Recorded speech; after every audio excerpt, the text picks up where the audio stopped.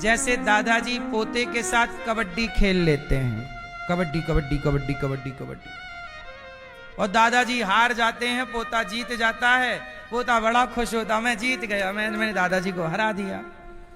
ये खेल केवल जो दादाजी खेलते हैं, जो पिताजी अपने बच्चे के साथ खेलते हैं, वो केवल बच्चे की खुशी के लिए होता है। बोलो हाँ, ये बात सही है कि गलत है? मैया, किसकी खुशी के लिए? बच्चों की खुशी के लिए। अच्छा, तो धर्मराज युधिष्ठिर को भी लगा कि चलो मेरा छोटा भाई दुर्योधन तो छोटा भाई है, छोटा भाई खुश हो रहा, चलो खेल। लेकिन धर्मराज को ये नहीं पता था कि ये जुआ टाइम पास के लिए खेला गया, पर वो सही में तब्दील हो गया। और दांव लगाते गए, सब हारते गए। धर्मराज ने अपने को भी दांव पर लगा दिया, और धर्मराज युधिष्ठिर खुद को भी हार गए। खुद को क्या हुआ? जब खुद को हार गए, तब कहा दुर्योधन ने, एक दांव और है, तुम अपनी पत्नी द्रौपदी को दांव पर लगाओ, यदि ये जीत गए तो सब आपका, आखिरी एक दांव। धर्मराज को लगा चलो, जुआ तो बुद्धि भ्रष्ट कर देता है। अच्छा, जुआ ने ऐसा बात, कहते ना जुआ में कलयुग का वास होता है। जुआ में किसका वास? यदि आपने जुआ खेला है तो आपकी बुद्धि खत्म हो जाएगी, और वो बुद्धि चाहे धर्मराज युधिष्ठिर की ही क्यों ना हो। जुआ खेला, कलयुग बैठा खोपड़ी पर, और बुद्धि कहते विनाश काले विपरीत बुद्धि। धर्मराज युधिष्ठिर की बुद्धि पर कलयुग सवार हुआ, और इन्होंने ना चाह कर भी अपनी पत्नी को दांव पर लगा दिया। किसे? द्रौपदी को। अब द्रौपदी लग गई दांव पर, और वो दांव दुर्योधन जीत गया। अब तो हो गया खेला। अब बोला जाओ दुशासन, द्रौपदी को पकड़ के लाओ। दुशासन गया। द्रौपदी बहुत सुंदर नारी थी। नारी द्रौपदी नहीं मुस्कुराती तो भी उनका चेहरा ऐसा लगता है मुस्कुरा रही। द्रौपदी बहुत सुंदर थी। अच्छा, द्रौपदी गोरी नहीं थी। उनका नाम क्या है? कृष्णा। क्यों नाम है? क्योंकि वो सांवली है। द्रौपदी कैसी है? गोरी नहीं है। आजकल हर लड़की को गोरी होना है, लगा लगा के क्रीम, फेयर एंड लवली लगा लगा के। गोरी की जरूरत नहीं है। आजकल जब से हमारे देश में अंग्रेज आए, और जब से भारत के लोगों ने गोरी गोरी अंग्रेजों को देखा, तब से इनके अंदर गोरी वाला भूत चढ़ गया। वरना भारत की स्त्री तो सदा से सांवली रही है। अंग्रेजों जैसा तो रंग हमारे भारत का नहीं रहा। हाँ, हमारे भारत की नारी सुंदर तो है, गोरी भी है, सुंदर भी है। अच्छा, सांवली है तो भी सुंदर है। हमारे भारत में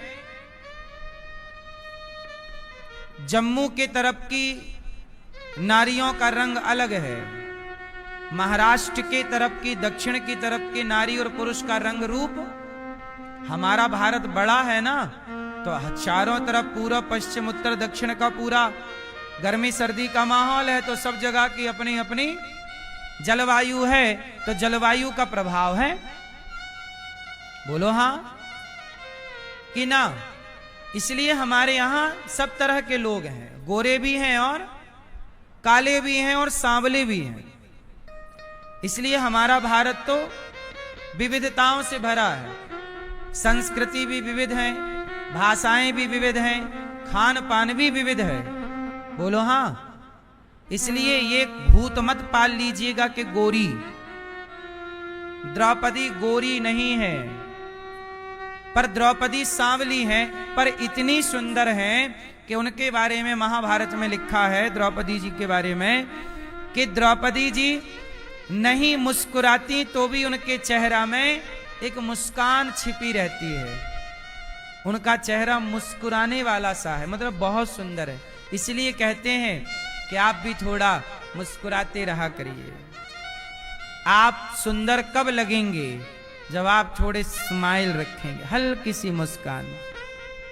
हंसिए मत ज्यादा, हा हा हा नहीं, हल्की सी स्माइल, इतनी सी। मैया ऐसे नहीं, ऐसे नहीं होता, थोड़ा स्माइल, थोड़ा और, ये ज्यादा है, थोड़ा और कम, कम भैया कम।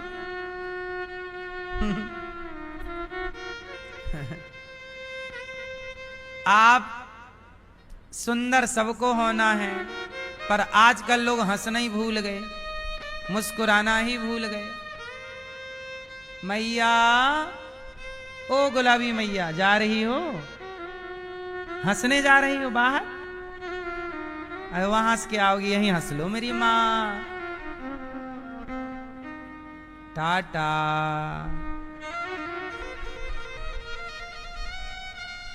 हमने हंसने का कहा, मैया बुराई मान गई। सुनो, थोड़ी सी स्माइल सबको रखनी चाहिए, प्रसन्न। हर परिस्थिति में क्या होना चाहिए?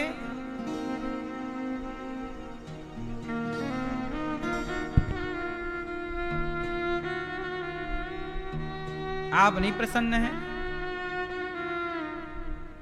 अच्छा, शादी के बाद ना फिर आदमी का थोड़ा मुंह बन ही जाता है, क्यों?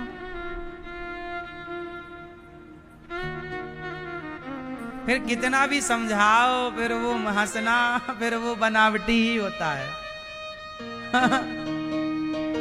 शादी के पहले हंस लो जितना हंसना है। मैया, आप नहीं हंस रही हो मेरी माँ, थोड़ा स्माइल, पूरा नहीं, ज्यादा नहीं। एक होता है हंसना, एक होता है मुस्कुराना, और एक होता है ठहाका लगाना। तीनों एक ही हैं कि अलग अलग हैं? मुस्कुराना क्या है? इस मुद्रा को कहते हैं मुस्कुराना, और इसको कहते हैं हंसना, और इसको कहते हैं ठहाका लगाना। ठीक है? तो द्रौपदी के बारे में लिखा है कि वो मुस्कुराती नहीं थी तो भी उनका चेहरा ऐसा लगता था कि ये मुस्कुरा रही हैं। मतलब द्रौपदी सांवली थी, पर इतनी सुंदर थी कि उन्हें पाने के लिए बहुत राजा आए थे, लेकिन वो धनुष पर डोरी ना चढ़ा पाए, लक्ष्य को भेद ना पाए, तो उनका विवाह किसी से ना होकर अर्जुन ने किया, तो अर्जुन से हुआ। पर द्रौपदी को जब महाभारत में द्यूत क्रीड़ा में हार गए, तो दुशासन चला द्रौपदी को लाने, चलो अब हम तुम्हारे स्वामी हो गए हैं, हमने तुम्हें जीत लिया है उसमें द्यूत क्रीड़ा में। तो द्रौपदी ने पूछा कि दुशासन, ये बताओ कि महाराज पहले खुद को हारे हैं कि पहले मुझे हारे हैं? पहले किसे हारे हैं? धर्मराज पहले किसे हारे? पहले दांव पर किसे लगाया? स्वयं को कि द्रौपदी को? पहले खुद हारे हैं, खुद को दांव पर लगाया। तो द्रौपदी ने कहा कि जो खुद को हार चुका हो, तो मैं हारे की पत्नी तो नहीं हूं? तो जो खुद दांव पर लगा चुका, जो खुद दास बन गया, तो अब उसे क्या अधिकार था कि वो मुझे दांव पे लगाता? इसलिए मैं दांव पे नहीं लगी। इसलिए तुम दूर हो जाओ दुशासन, यहां से जाओ। दुशासन नहीं माना। द्रौपदी बोली कि अभी मेरा ऋतुकाल चल रहा है। ऋतुकाल मतलब मासिक धर्म। उस समय द्रौपदी का मासिक धर्म चल रहा था। द्रौपदी बोली कि अभी मैंने अपने बाल धुले नहीं, केस धुले नहीं, मेरे बाल खुले हुए हैं, और मैं बड़े घर की बहू हूं। ऐसी हालत में मैं जाने के योग्य नहीं हूं, इस समय मुझे अलग रहने दो, मुझे ना ले जाओ। दुशासन बोला नहीं चलो, एक ना सुना, इतना दुष्ट। द्रौपदी ने मना किया तो द्रौपदी के बाल पकड़ लिए। सोचिए, ये देवर है, दुशासन रिश्ते में क्या लगा, देवर, और भाभी के बाल पकड़ लिया। नहीं आई तो घसीट कर लाया, सभा में ले गया। नारी का अपमान होता रहा। द्रौपदी हर सभासद से सवाल करती रही कि बताओ, युधिष्ठिर पहले स्वयं को हारे हैं, फिर मुझे हारे हैं, तो बताओ मैं कैसे दांव पे लगी, मैं कैसे हारी, मेरे साथ अन्याय हो रहा है, मुझे न्याय दीजिए महाराज। पर द्रौपदी के साथ अन्याय होता रहा, कोई ना बोला एक पक्ष में, चिल्लाती रही द्रौपदी, कोई ना बचाया। द्रौपदी अर्जुन को आवाज लगाती हैं, अर्जुन तुम तो मेरे स्वामी हो, तुमने मेरा वरण किया है, तुम गांडीवधारी हो, तुम बलवान हो, तुम अपनी पत्नी की रक्षा करो। पर अर्जुन भी हार चुके थे, दासत्व स्वीकार कर लिया था उसका, दुर्योधन का। हारा हुआ जीते हुए का दास। अब सब को बुलाती रही, पर कोई ना आया।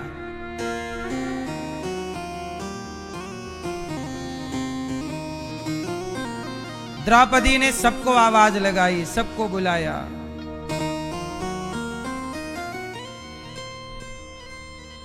जब द्रौपदी ने किसी को अपनी ओर आते ना देखा, तब द्रौपदी ने भगवान को पुकारा। याद रखिएगा, द्रौपदी से ज्यादा सुंदर आप नहीं हैं, द्रौपदी से ज्यादा बलवान आपके पति नहीं हैं? द्रौपदी के पति बलवान हैं, अर्जुन। आपके पति इतने अर्जुन जैसे तो नहीं हैं। द्रौपदी के पास सब कुछ है। पितामह भीष्म, जिनके इच्छा मृत्यु का वरदान है, जिन्हें कोई मार नहीं सकता, वो बैठे हैं, उन्हें पुकार रही, आप तो बचाओ पितामह। आपके पितामह तो इतने पावरफुल नहीं हैं। द्रौपदी के तो सब लोग पावरफुल थे, पितामह पावरफुल, पति पावरफुल, पिता पावरफुल, लेकिन साड़ी उतरती रही और किसी का पावर काम नहीं आया। किसका पावर काम आया? जब द्रौपदी ने हे श्याम सुंदर, हे नंद नंदन, हे गोविंद, जब भगवान को पुकारा, तब द्रौपदी की लाज बचाने दुशासन जब लाया तो कह दिया दुर्योधन ने कि कपड़े उतार दो। देखो दुर्योधन कितना दुष्ट था कि द्रौपदी से विवाह करना चाहता था, पर विवाह हुआ नहीं। तो जब विवाह नहीं हुआ तो क्या करें? बोले समाज के सामने से निर्वस्त्र करें, इसकी इज्जत लूटें, क्योंकि ये मेरी तो हुई नहीं, तो अब इसकी इज्जत रहनी नहीं चाहिए। तो दुष्ट दुर्योधन द्रौपदी के कपड़े उतरवा रहा है कि तू बहुत सुंदर है ना, हम देखेंगे तेरे एक एक अंग को। अब जब साड़ी उतरने लगी, तब द्रौपदी ने पुकारा, है ना? इसलिए तो कहता हूं मेरी मां, हाँ विधाता अजब लिखी तकदीर, विधाता तूने अजब लिखी तकदीर।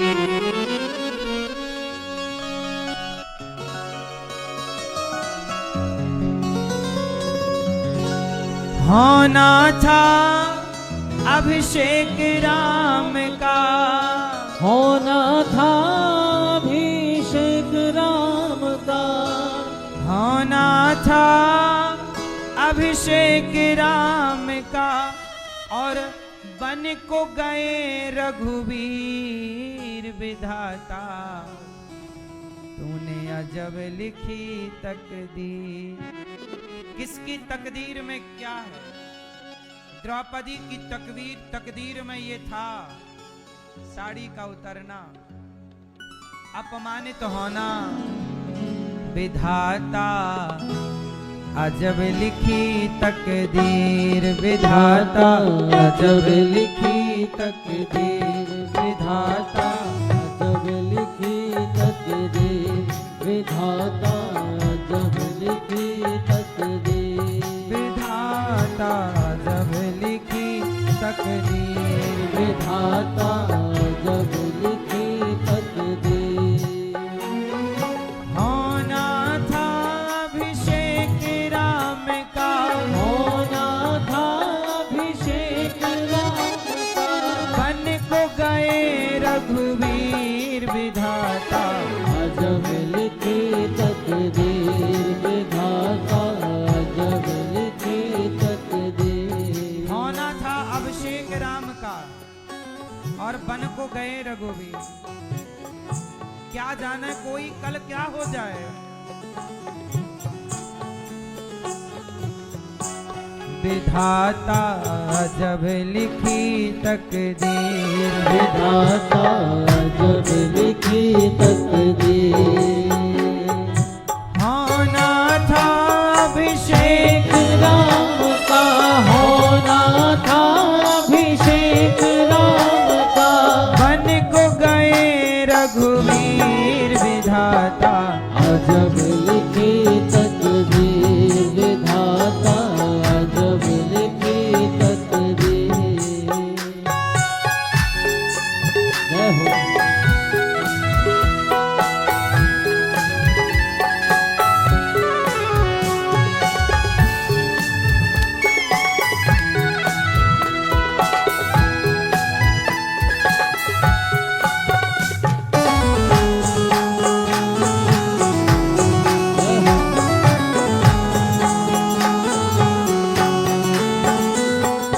हरिश्चंद्र था दानी दाता, हरिश्चंद्र था दानी दाता, खाली हाथ न कोई जाता, खाली हाथ न कोई जाता। हरिश्चंद्र इतने बड़े राजा थे, पर क्या पता था कि तकदीर में क्या लिखा है।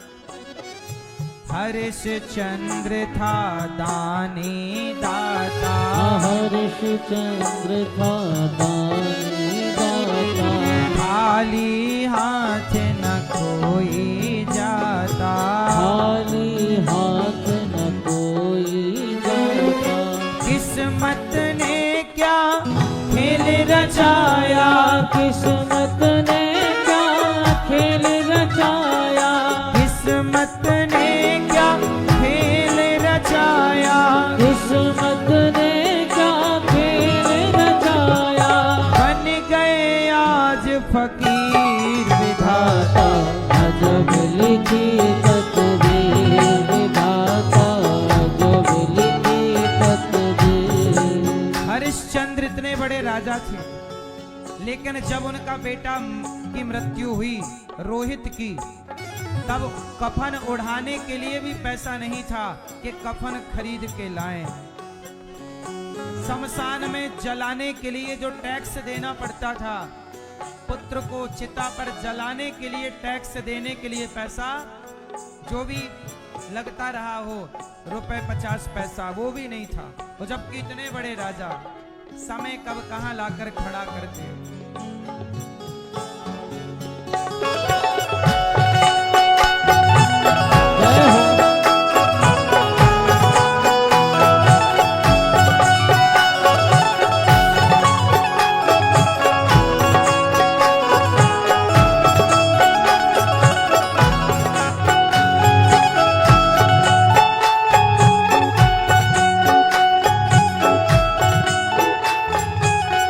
और नीर भरन जब श्रवण पहुँचे, नीर भरण जब श्रवण पहुँचे, श्रवण कुमार पहुंचे, बूढ़े बाप को प्यास लगी। श्रवण कुमार अपने माता पिता को यात्रा करा रहे थे पूरे धाम की, चारों धाम की, और यात्रा करा के वो अपने वापस घर की तरफ जा रहे थे। तो अयोध्या से लगभग 25 किलोमीटर पहले एक जंगल में श्रवण के माता पिता को प्यास लगी। तो पिताजी बोले, बेटा पानी पिला दो। अच्छा पिताजी, पिता को वहीं रखा और पानी लेने गए, पर नीर भरन जब श्रावण पहुँचे, नीर भरन जब श्रावण पहुँचे, लागा तीर प्राण तब छूटे, लागा तीर प्राण तब छूटे। अंत समय में मात पिता को, अंत समय में मात पिता को, अंत समय में मात पिता को, अंत समय में मात पिता को, अंत समय में मात पिता को, अरे पिला सके ना नीर विधाता, अजब लिखी तकदीर विधाता, अजब लिखी तकदीर विधाता, अजब लिखी तकदीर। आखिरी समय अपने बूढ़े बाप को पानी ना पिला सके। हमें प्यास लगी है, हम पानी पी सकेंगे कि नहीं, ये भी हम तय नहीं करते, ये भी तय करने वाला कोई है, और आप पता नहीं किस घमंड में जीते रहते हो।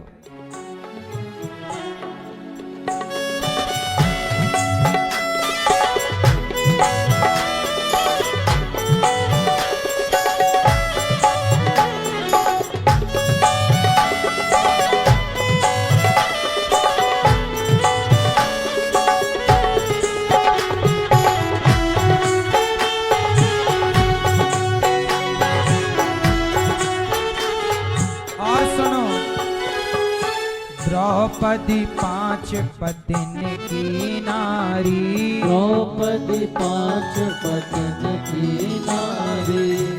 सुनो, द्रौपदी 5 पतिन की नारी, द्रौपदी 5 पतिन की नारी। सबने गर्दन नीचे डारी, सबने गर्दन नीचे डारी, सबने गर्दन झुका ली। भरी सभा में लाज उतारी, भरी सभा में लाज उतारी, भरी सभा में लाज उतारी, भरी सभा में लाज उतारी, भरी सभा में लाज उतारी, भरी सभा में लाज उतारी। और कृष्ण बढ़ाए चीर विधाता, अजब लिखी तकदीर विधाता, अजब लिखी तकदीर विधाता, अजब लिखी तकदीर विधाता, अजब लिखी तकदीर विधाता, अजब लिखी तकदीर। होना था अभिषेक राम का, होना था अभिषेक राम का, बन को गए रघुवीर विधाता, अजब लिखी तकदीर विधाता, अजब लिखी तकदीर विधाता, अजब लिखी तकदीर विधाता, अजब लिखी तकदीर विधाता। अजब लिखी तकदीर। द्रौपदी 5 पतिन की नारी, सबने गर्दन नीचे डारी, भरी सभा में लाज उतारी, हरी सभा में लाज उतारी, और कृष्ण बढ़ाए चीर विधाता अजब लिखी तकदीर। किसकी तकदीर में क्या है कल किसने देखा है। इसलिए भगवान ही जब द्रौपदी पर संकट आया, कोई ना आया, आप पर संकट आएगा।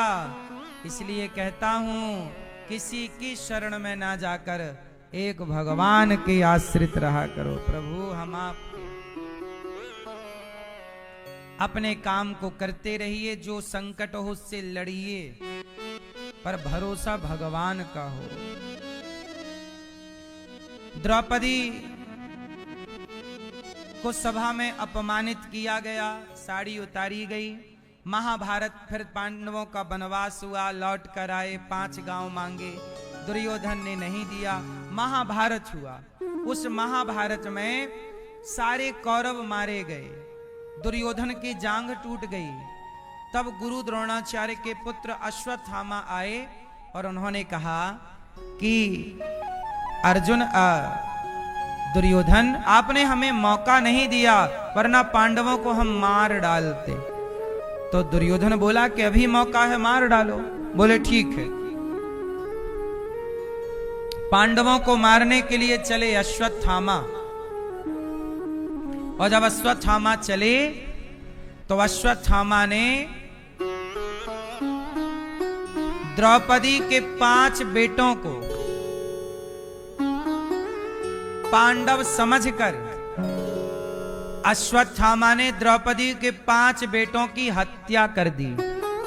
सिर काट लिए 5 के और ले गया काट के। दुर्योधन देख मैंने मार डाला 5 को।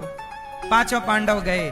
दुर्योधन ने देखा, बोले ये पांडव नहीं है, ये पांडवों के पुत्र हैं, तुमने तो हमारा वंश समाप्त कर दिया। दुर्योधन को पहले खुशी हुई कि पांडव मारे गए, बाद में दुख हुआ कि पांडव नहीं तो पांडवों के पुत्र हैं। उस सुख दुख की संधि में दुर्योधन की मृत्यु हो गई। अब मैं आपको केवल एक बात समझाना चाहता हूं कि द्रौपदी कितना कष्ट पाई। राजा की बेटी है द्रौपदी। द्रौपदी भरी सभा में कपड़े उतारे गए, अपमान किया गया। 12 साल का वनवास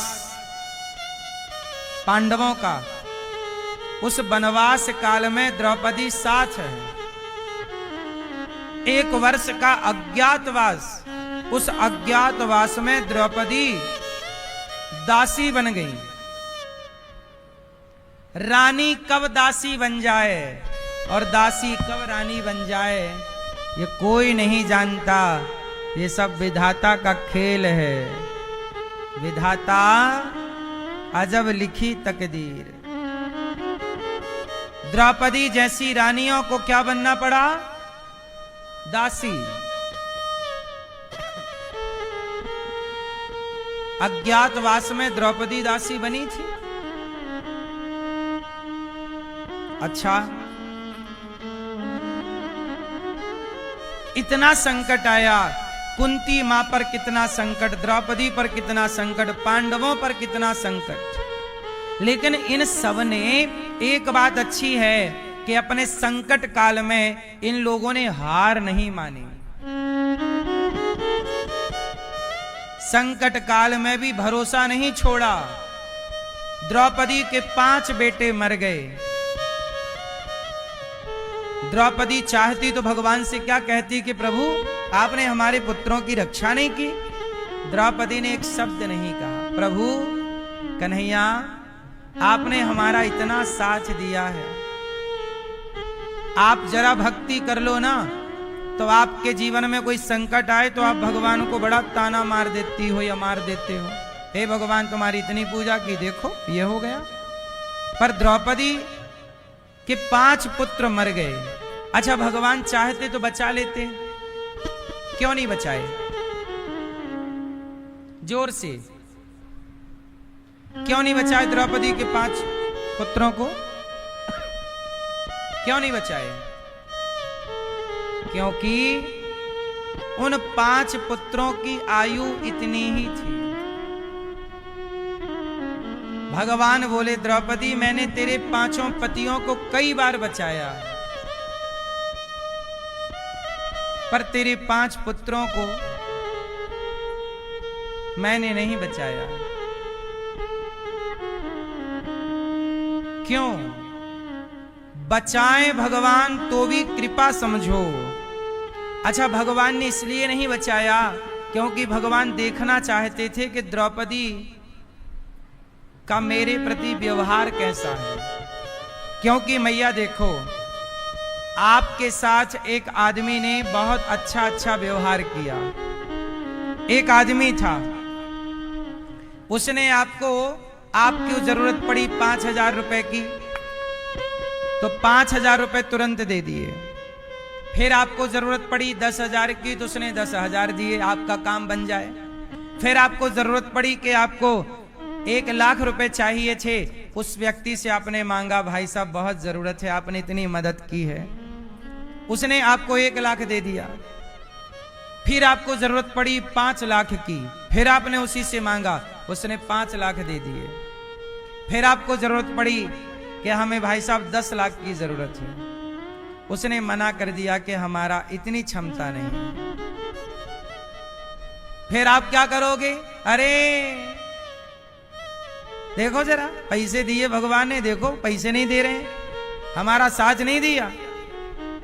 आपके साथ उसने 10 बार अच्छा किया था, 10 बार आपके मुसीबत में आपकी सहायता की, और 1 बार नहीं किया तो आप उस 1 बार के व्यवहार को याद रख लेंगे और 10 बार के उसके अच्छे व्यवहार को भूल जाएंगे।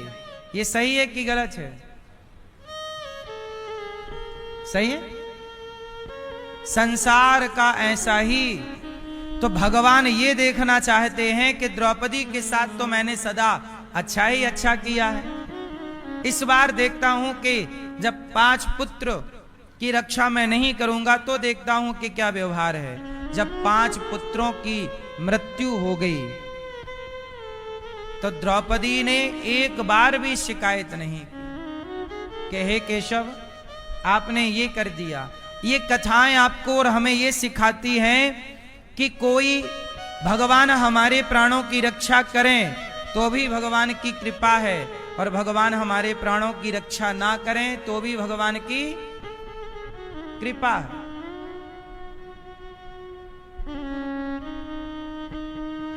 इसलिए हर परिस्थिति में, जीवन मिले, मृत्यु मिले, सुख मिले, दुख मिले, हर परिस्थिति में जो भक्त भगवान की कृपा माने वही भक्त है। और उन्हीं भक्तों में से एक भक्त द्रौपदी है जो हर हाल में कहती है कि अब साड़ी उतरे, लाज जाए या रहे प्रभु, अब तो मैं आपकी हूं। ये बच्चे रहें या ना रहें प्रभु, मैं तो आपकी हूं। जो हर हाल में सौंप चुका है भगवान को, वही ना भक्त है।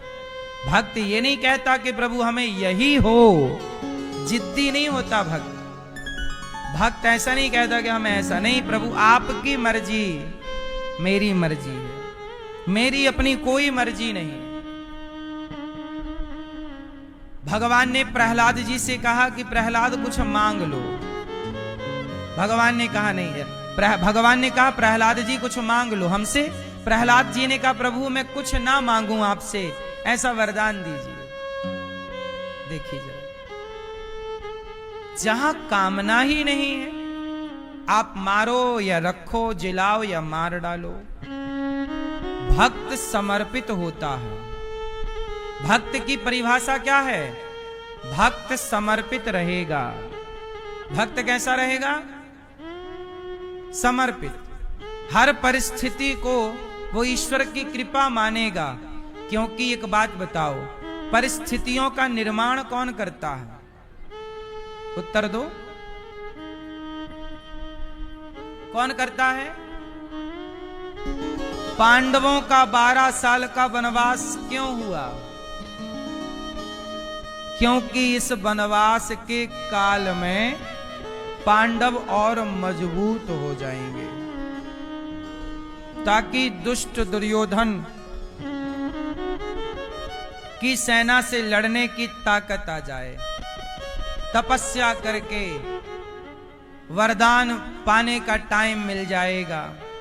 शक्ति, इसलिए कहता हूं जब आपके पास समय है तो अपनी शक्ति को बढ़ाइए, अपनी ताकत को, क्योंकि ये ताकत कब काम आए, कहां काम आए, इसलिए अपने को शक्तिशाली बनाइए। शारीरिक शक्ति भी हो, मानसिक शक्ति भी हो और आर्थिक शक्ति भी हो। आप 3 शक्तियों से परिपूर्ण होने चाहिए।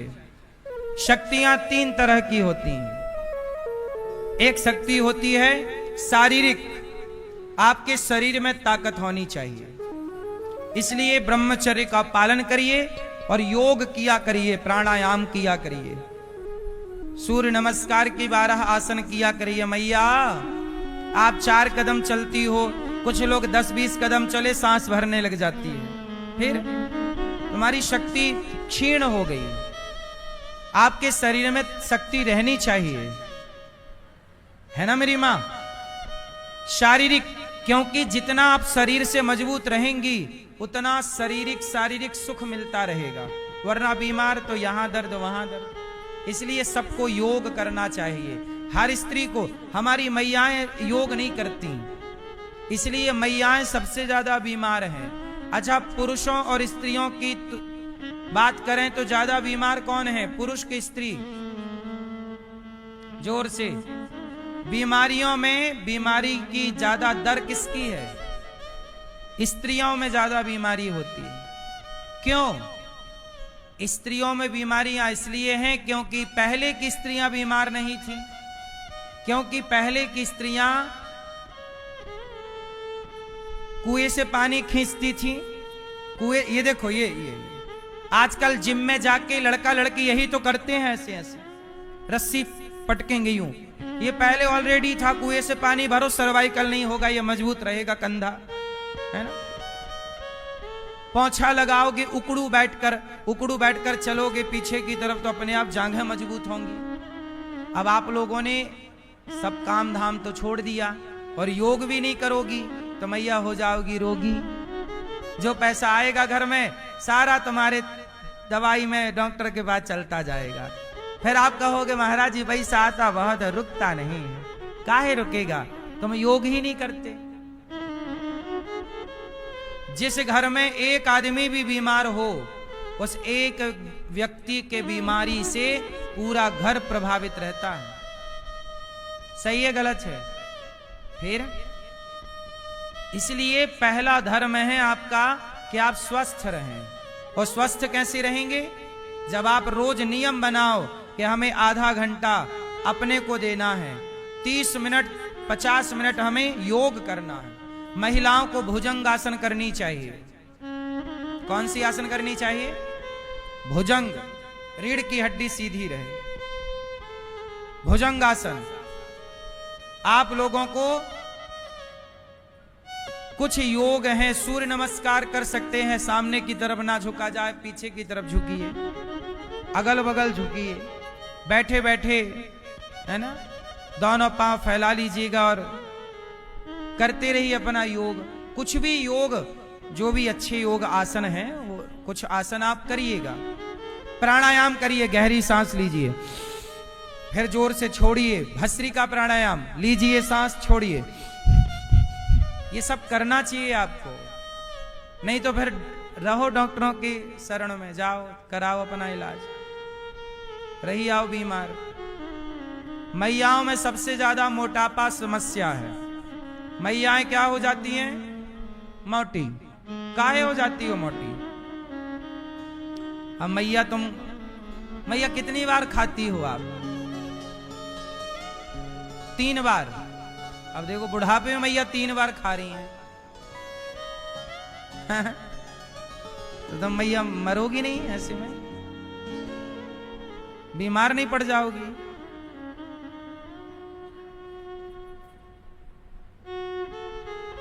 जितना कम खाओगे एक उम्र के बाद उतना सुखी रहोगे।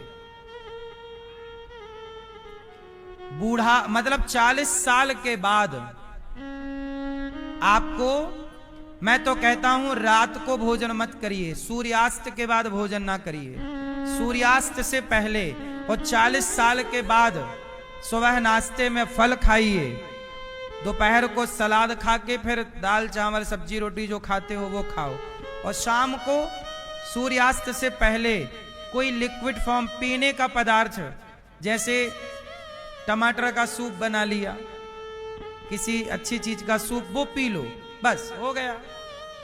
मैं सुबह नाश्ता करता हूं फल का, थोड़ी बादाम वगैरह अंकुरित अनाज भी ले लेता हूं सुबह, दोपहर को भोजन में दाल चावल सब्जी रोटी सलाद, और शाम को केवल 1 गिलास दूध, बस ये मेरा दिन भर का है। बस आप बीच बीच में गन्ने का रस पी सकते हैं, आप जितना ज्यादा हो अनार का रस पीजिए, अनार के दाने चबाइए, पपीता खाइए, फल खाइए, ये सब ठीक है, पर रात्रि के भोजन से बचिए, फिर आप देखना मोटापा छुएगा नहीं आपको, आप कभी मोटे नहीं होंगे। रात का भोजन छोड़ दीजिए, मोटापा चला जाएगा। रात का आजकल भोजन तेलीय ज्यादा है, आजकल घर में भी मैया इतना सारा तेल डाल के रोटी भोजन बनाती है, सब्जी दाल, इतना तेल नहीं, कोशिश करिए तेल कम से कम, इतना 1 चम्मच। चलो मैया आप कितने बार खाती हो? सही कि 3 बार? रात को कितने बजे खाती हो? 8 बजे, तो आप सही कर रही हो। क्या करें महाराज, आप बताओ, हम बता तो दिए, तुम सुनी कहां, हम बता दिए, फिर मैया करी, आप बताओ क्या करें।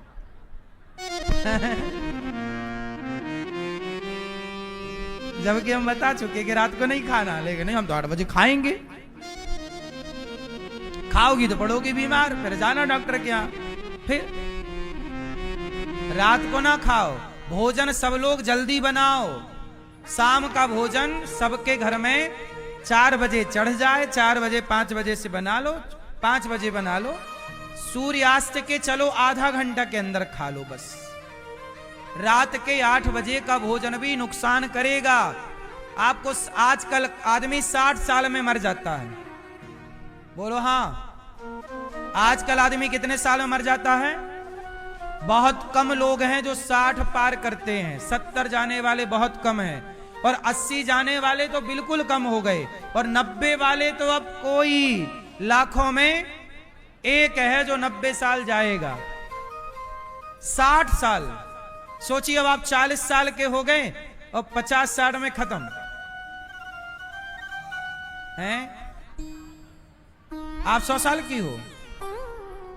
सास, हाँ तो वो पुरानी है ना, वो कुएं से पानी निकाली होंगी, हाँ अभी हैं दादी जी, फिर उन्होंने अपना टाइम अच्छे से जिया ना, उनका शरीर मजबूत, दूध घी खाने वाला, गोबर करने वाली मैया, किसानी खेती करने वाली मैया मजबूत थी। अब देखो 100 साल की अभी जिंदा है, फिर चलती फिरती हैं तो आई नहीं, चलती हैं, सुनाई कम पड़ता पर चलती हैं, अपना काम करती हैं। अब देखो, और आप देखो, आप कितने साल की हो? 60 में एक कम। भोजन कम करो, सूर्यास्त के पहले खा लिया करो, ठीक है? रात ज्यादा ना किया करो खाने पीने में, जल्दी सो जाओ और जल्दी जाग जाओ। सुबह का चिड़ियों का चहकना सुना करो, सवेरे की हवा लिया करो, सवेरे की धूप लिया करो, सवेरे योग किया करो, स्वस्थ रहो शरीर को। तो शारीरिक और मानसिक फिट, मन से फिट रहो, सत्संग करो, और आर्थिक फिट, आर्थिक मजबूती, जो जितना समय रहे तो मजबूत बनते चलो, क्योंकि कौन सी मजबूती कब काम आ जाए। तो आपको कितनी मजबूती होनी चाहिए? शारीरिक मजबूत रहिए, मानसिक मजबूती रहिए, और आर्थिक मजबूत रहिए, धन से बड़ी मजबूत बनिए, पैसा कमाइए। आजकल पैसा है तो सम्मान है, और पैसा नहीं है तो सम्मान, इसलिए पैसा कमाओ, बेकार में अपना समय जाया ना करो, बर्बाद ना करो, 4 पैसे कमाओगे आपके काम आएंगे मुसीबत में, इसलिए पैसे कमाओ। और मजबूत, पांडव लोगों ने 12 साल में अपने को मजबूत किया। ये कथाएं हमें इशारा करती हैं कि आप परिस्थितियों से लड़ने की तैयारी करें। कोई भी परिस्थिति कल आकर खड़ी हो जाए, क्या आपकी तैयारी है? जिंदगी का मतलब है लड़ना। हर दिन हमें लड़ना पड़ता है, हर दिन आपको लड़ना पड़ता है। किससे? अच्छा ये बताओ, आपका शरीर रोज लड़ता है कि नहीं? आपके शरीर में रोग प्रतिरोधक क्षमता है कि नहीं? अब आपको देखा कोरोना लोगों को हुआ, कोरोना में जो लोग कमजोर पड़े कोरोना से निपट गए, जो मजबूत थे उन्होंने कोरोना को हरा दिया और वो खुद जीत गए। तो आप शारीरिक मजबूत रहेंगे तो कल छोटी मोटी बीमारी आएगी तो आप उसे हरा देंगे, वरना वो बीमारी आपको खा जाएगी। इसलिए मजबूती चाहिए, मजबूत रहो, इम्यूनिटी पावर आपकी स्ट्रांग होनी चाहिए। ठीक है, तो ये सब कुछ इसलिए बताई जा रही है बातें कि कल का वक्त किसी ने नहीं देखा, कैसा समय आ जाए। द्रौपदी ने, पांडवों ने हर समय में अपने को मजबूत किया और भगवान पे भरोसा पूरा रखा। अब हुआ क्या कि द्रौपदी के 5 पुत्रों को जब मारा तो द्रौपदी के 5 पुत्रों का हत्यारा दुशासन को, अश्वत्थामा को पकड़कर अर्जुन लाए। अर्जुन पर ब्रह्मास्त्र चला दिया उसने। कृष्ण कृष्ण महाबाहो भक्तानाम भयंकरा त्वमेको दह्यमानाना मपवर्गोऽसि संस्रते। हे कृष्ण, हमारी रक्षा कीजिए। भगवान ने कहा तुम भी ब्रह्मास्त्र चलाओ। द्रौपदी के सामने अश्वत्थामा को लाए, कहा द्रौपदी क्या करना है? बोले छोड़ दो। छोड़ दिया। अश्वत्थामा के सिर की मणि निकाल ली, नगर से निकाला। अच्छा, अश्वत्थामा ने उत्तरा के गर्भ को मारने के लिए ब्रह्मास्त्र चलाया। उत्तरा दौड़ी दौड़ी शरण में आई। पाहि पाहि महायोगिन देव देव जगत्पते नान्यं त्वद्भयं पश्ये यत्र मृत्यु परस्परम। चरणों में गिर पड़ी उत्तरा। प्रभु, उत्तरा कौन है? अभिमन्यु की पत्नी। उत्तरा पर संकट क्या आया? अश्वत्थामा ने उत्तरा के पेट में पल रहे बच्चे को मारने के लिए ब्रह्मास्त्र चला दिया। उत्तरा ने बिना देर लगाए भगवान की शरणागति, हे प्रभु आप रक्षा कीजिए। भगवान ने उत्तरा के पेट में जाकर छोटा सा रूप बनाकर उत्तरा के गर्भ में जाकर उस ब्रह्मास्त्र को रोका और उस बालक की रक्षा की। उत्तरा शरण में आई, भगवान ने रक्षा की।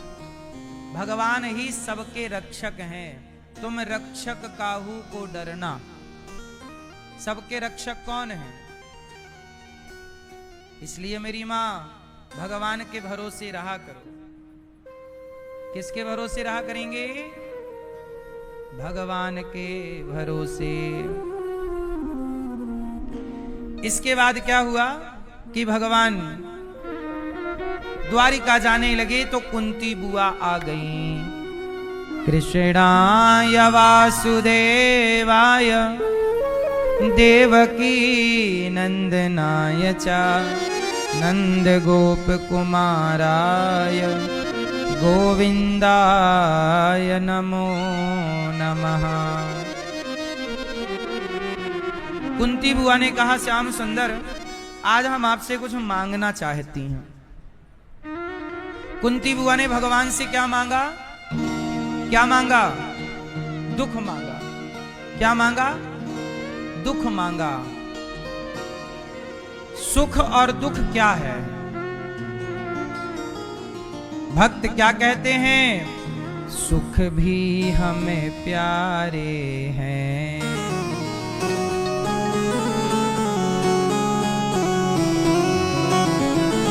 सुख भी हमें प्यारा है, दुख भी हमें प्यारा है। छोड़ूं मैं किसे भगवन, दोनों ही तुम्हारे हैं। सुख भी हमें प्यारे हैं, दुख भी हमें प्यारे। अच्छा बताओ, ज्यादा अच्छा क्या होता है, सुख के दुख?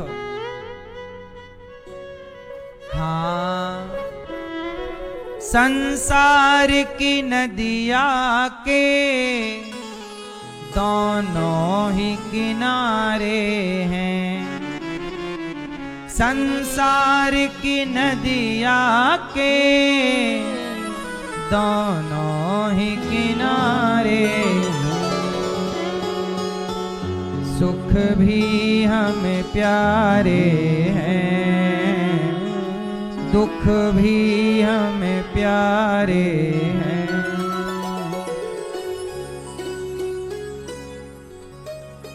हर परिस्थिति में सुख दुख ही तो दुनिया की गाड़ी को चलाते हैं। सुख दुख ही तो दुनिया की गाड़ी को चलाते हैं। सुख दुख ही तो हम सबको इंसान बनाते हैं। संसार की नदिया के, संसार की नदिया के दोनों ही किनारे हैं। सुख भी हमें प्यारे हैं, दुख भी हमें प्यारे हैं। सुख दुख ही हमें इंसान बनाते हैं मैया। सुख की जब मार पड़ती है, दुख की मार पड़ती है, तो देखो ना, लोहार जब लोहे को कुछ बनाता है लोहे से, तो लोहे को पहले भट्टे पे डाल के गरम करता है। जब लाल हो जाता है पिटाई करता है, फिर उसे पानी में डाल देता है ठंडा करके, फिर भट्टे पे डालता है, भट्टी पे। क्यों ऐसा करता है कि नहीं? अच्छा ये बताओ, जब भट्टी पे डालना था तो पानी पे क्यों डाला? गरम लोहे को ठंडा करना होता, फिर गरम करेगा। ऐसा क्यों करता है? जोर से हैं? हाँ, आपने शायद कुम्हारों का ये, लोहार का ये फंडा नहीं समझा। लोहा भट्टे पे जाता गरम लाल, फिर उसे आकार देकर फिर उसे पानी पे डालते हैं। पानी पे उतना ही जितनी जरूर, ये उसे पता होता है, क्योंकि गरम को जब ठंडा करो तो वो और मजबूत हो जाता है। तो उसे मजबूत करने के लिए ठंडा गरम करते हैं। बार बार गरम, फिर पानी में, फिर गरम, फिर पानी में। अच्छा, जो उसकी धार होती है, कोई भी जैसे तलवार बनती है, तलवार की धार को, तो धार को, पूरी तलवार नहीं, केवल धार को गरम करेगा, लाल करेगा, उसको करेगा, फिर पानी में डाल देगा, केवल धार को डुबाएगा, फिर निकाल के फिर भट्टी पे डालेगा 3-4 बार। इससे क्या धार क्या होती है? और मजबूत होती है। और वो सबको काटने के लिए, ताकि वो लोहे को भी काट सके, उसे मजबूत किया जाता है। इसलिए मेरी मां, आपके जीवन में सुख दुख जब आएगा तो आप और मजबूत होंगे। इसलिए दुखों से घबराया ना करो। कुंती बुआ बोली, प्रभु हमें दुख दे दो। क्यों? क्योंकि सुख आएगा हम आपको भूल जाएंगे प्रभु। सारी जिंदगी दुख में गुजरा है, जितना दुख था उतने आपके दर्शन थे। अब सुख पाकर डर लग रहा है कहीं आपसे दूर ना हो जाएं। हाँ, दुख चाहे ना कोई भी, सब सुख को तरसते हैं। दुख में सब रोते हैं, सुख में सब हंसते हैं। सुख मिले उसे जो, हे प्रभु हमें तो सुख मिले उसे जो दुख के भी सहारे हैं, सुख भी हमें प्यारे हैं। मैं कैसे कहूँ भगवन ये दे दो या ना दो, मैं कैसे कहूँ भगवन ये दे दो या ना दो। जो भी हो तेरी मर्जी है, मर्जी से तू दे दो। आपकी जो मर्जी, आप, मैं नहीं चाहता कि आप ये दो, जो आपकी मर्जी वो मुझे दे दो। मैंने तो तेरे आगे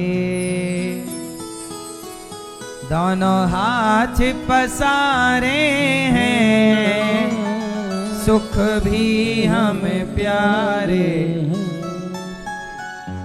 सुख में तेरा शुक्र करूं, दुख में फरियाद करूं।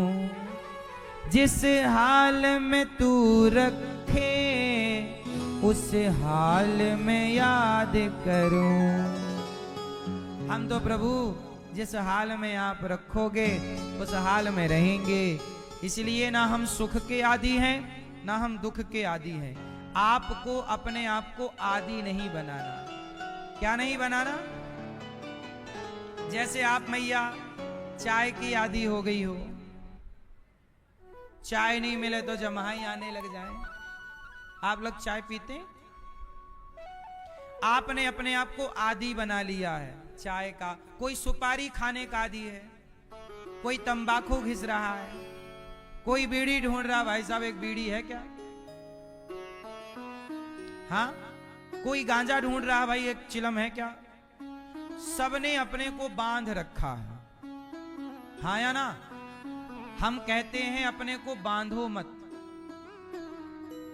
आपने बीड़ी से, गांजा से, दारू से, गुटखा से, चाय से, कॉफी से बांध रखा है। वो जो बंधा है वो आजादी का सुख क्या पाएगा? इसलिए कहता हूं हर बुराई से आजाद हो जाओ, संसार के हर बंधन से, हर आसक्ति से मुक्त हो जाओ। ना हमें सुख की आवश्यकता ना दुख की। प्रभु जैसे आप रखोगे हम वैसे रहने को तैयार हैं। हम थोड़ी कहते हैं कि हमें सुख दे दो, हम थोड़ी कहते हैं हमें दुख दे दो। भगवान आप डिसाइड करिए कि हमें क्या मिलना है, और जो आप देंगे वो प्रसाद समझ के हम स्वीकार करेंगे। हम कभी नहीं कहते कि हमें सुख दे दो, कि हमें दुख दे दो। ना हमें दुख चाहिए ना सुख। प्रभु जो आपकी मर्जी है, हम तो आपके हैं। आपको जैसे रखना है आप रखिए, हमें क्या दिक्कत है? समर्पण यही है मेरी मां। आप लोग कहते हैं हमें सुख मिलना है, हे महाराज हमें सुख मिले। हम महाराज जी हम बड़े दुखी हैं। कब सुख मिलेगा? आपको सुख चाहिए। अच्छा ये बताओ, यदि आपको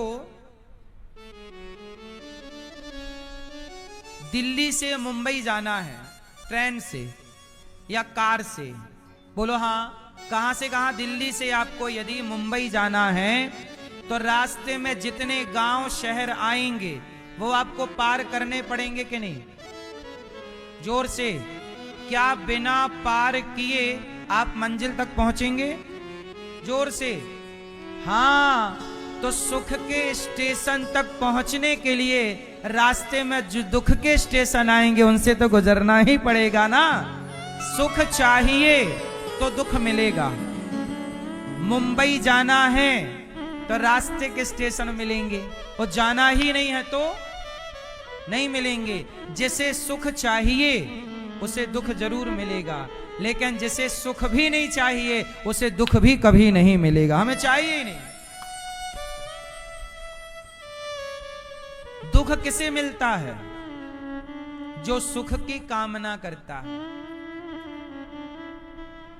दुख किसे मिलता है? जो सुख की।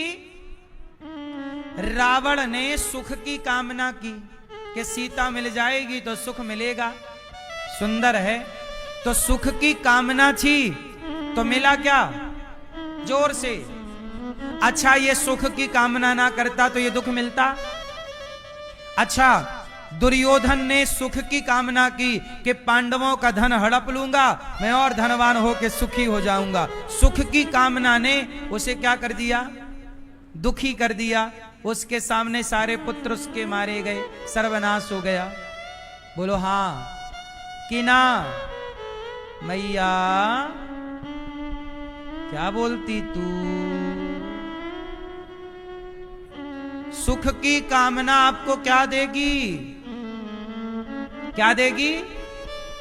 जहां सुख की कामना वहां दुख। अब हमें सुख ही नहीं चाहिए तो हमें दुख भी नहीं मिलेगा। आपको सुख चाहिए, इसलिए कहता हूं सुख दुख से बचना है तो सुख ना चाहो। क्या चाहो? नंद के आनंद भयो। इसलिए भगवान की भक्ति में सुख नहीं है, आनंद है। और आनंद जिसके जीवन में आ गया वो सदा आनंदित है। सुख दुख से उठ जाओ आनंद की ओर। किसकी ओर जाना है? सुख दुख में फंसे रहोगे, आनंद। चलो आनंद की ओर। और आनंद किसका नाम है? भगवान का। नंद के आनंद भयो जय। कोई नहीं कहता कि नंद के कृष्ण भयो जय। कोई नहीं ऐसा गाता। सब क्या गाते हैं? नंद के भगवान का नाम आनंद है। क्या नाम है भगवान का? इसलिए सुख की तरफ नहीं, आनंद की तरफ। हमें सुख चाहिए। इसलिए कहता हूं अपनी मर्जी को खत्म कर दो। हो तेरी मर्जी का मैं हूं गुलाम, मेरे अलवेल राम। हमारी कोई मर्जी नहीं। हाँ भैया, चश्मा वाले भैया, आपकी अपनी क्या मर्जी है? आपकी मर्जी क्या है? हमारी कोई मर्जी नहीं। भगवान नमक रोटी खिलाएं तो हम नमक रोटी खाएंगे, 56 भोग देंगे तो 56 भोग खाएंगे, झोपड़ी में रखेंगे तो झोपड़ी में रहेंगे, महलों में रखेंगे तो महलों में रखेंगे। हमारी कोई मर्जी नहीं। हे श्याम सुंदर, आपकी जो मर्जी हो वो आज्ञा कर दीजिएगा। हम आपकी मर्जी में ही खुश हैं, हमारी अपनी कोई मर्जी नहीं। ऐसा व्यक्ति सदा प्रसन्न है। अब आप लोग क्या करते हैं? अपनी अपनी मर्जी चलाते हैं। इसलिए बहू नाराज है, सास अपनी मर्जी चलाती है। सास भी परेशान, बहू अपनी मर्जी, सब इसलिए परेशान है अपनी। इसलिए भैया अपनी मर्जी डिलीट कर दो। सास अपनी मर्जी डिलीट कर दे और बहू के मर्जी से चले। बहू ने जो बनाया है खाए। अब बहू ने बनाई भिंडी की सब्जी और सास ने मुंह बना, अरे मुझे तो गोभी की खानी थी।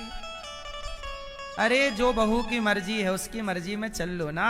उसने भिंडी बनाई, भिंडी खा लो। कल बरबटी बनाएगी, बरबटी खा लेना। पालक बनाए, पालक खा लो। तो उसकी मर्जी में चलो। एक को सरेंडर करना पड़ेगा। अब जैसे पति की मर्जी है तो पत्नी चल पड़े पति की मर्जी में, या पत्नी की मर्जी पर पति चल पड़े। एक की मर्जी पर दूसरे को चल पड़ना है। चल पड़े तो आपका घर स्वर्ग हो जाएगा, और नहीं चले तो लड़ो फिर कि तूने मेरी मर्जी का नहीं किया। क्यों मैया? झगड़ा किसका है? मर्जी का झगड़ा है। काय का झगड़ा है? जोर से। हाँ किसका? अच्छा मर्जी का जरा विच्छेद कीजिए। मर जी, ये मर्जी ही मार डालेगी। उसमें है ही है मर। उसमें पहले क्या है? पहले ही मर है उसमें। जी हटा दो, मर्जी का जी हटाओ, क्या बचा? मर। इसलिए आदमी मर रहा है, क्योंकि मर्जी की नहीं हो रही है, सबको अपनी अपनी मर्जी चाहिए, तो सब मर ही रहे हैं, क्योंकि मर्जी में मर ही मर है। बोलो हाँ या ना? आप कहते हो बहू हमारे मर्जी का नहीं करती, हमारे मन का नहीं करती, हमारी मर्जी नहीं चलती महाराज। अब तुम्हारी मर्जी यहां ना चलेगी, मर्जी तो वहीं चलेगी। अब इसलिए मेरी माँ हो तेरी मर्जी का मैं हूं गुलाम, मेरे अलवेल राम। जो भी कराल में हूं तुम पर न्योछावर, जो भी कराल में हूं तुम पर न्योछावर। दे दो सजाया इनाम, मुझे दे दो भगवान, मुझे सजा दें या इनाम, मैं दोनों में खुश हूं, क्योंकि मेरी अपनी कोई मर्जी नहीं। यही खुश रहने का फंडा है, तरीका है, सिद्धांत है। इसलिए मेरी मां कुंती बुआ ने क्या मांगा? मुझे दुख। भगवान ने कहा मैं कैसे दुख दे दूं? अच्छा ये बताओ, आपको दुख भगवान देते हैं कि नहीं देते? भगवान बोले मैं दुख नहीं देता माता, मैं अपने आप को दे रहा हूं। कुंती बुआ पर कृपा हुई, भीष्म पितामह बाणों की सैया पर लेटे। ये भीष्म पितामह कौन है? गंगा जी के पुत्र हैं, शांतनु के पुत्र हैं, इन्हें इच्छा मृत्यु का वरदान है। भीष्म पितामह भगवान के बहुत बड़े भक्त हैं। गलती जानते हो क्या हो गई? पिछले किसी जन्म में भीष्म पितामह ने एक सांप को कांटे के ढेर में फेंक दिया था। कांटे के ढेर था, फेंक दिया कांटों में, कांटे चुभ गए, सांप की चमड़ी कोमल होती है, घुस गए कांटे। बेचारा सांप को हजारों कांटे लग गए, चुभ गया कांटा सांप को, सारा खून गिर गया सांप